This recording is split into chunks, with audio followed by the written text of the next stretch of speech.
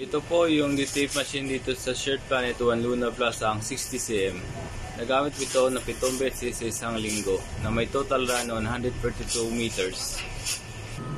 Ito yung head, cupping,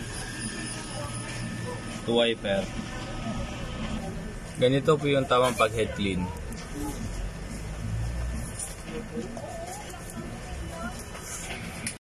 Tapos may head clean, panatiling punasan yung cupping.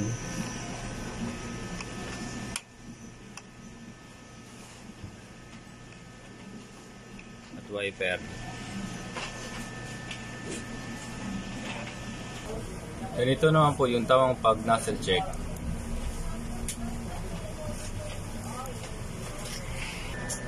Okay naman po. Ito yung waste tank, kakapalit lang po dito kahapon.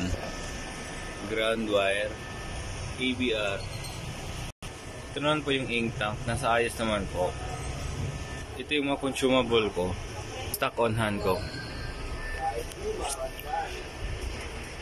May 3 white ako, 2 black, 2 magenta, 3 yellow, at 3 cyan, at 2 solution, isang QE solution, at 2 powder. Ito naman po yung consumable monitoring ko. DTF powder, DTF film, QE cleaning solution,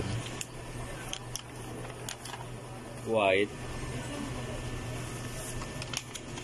black, yellow, magenta,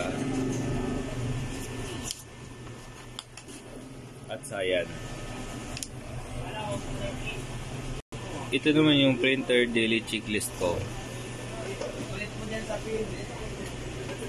Ito naman yung daily production log ko.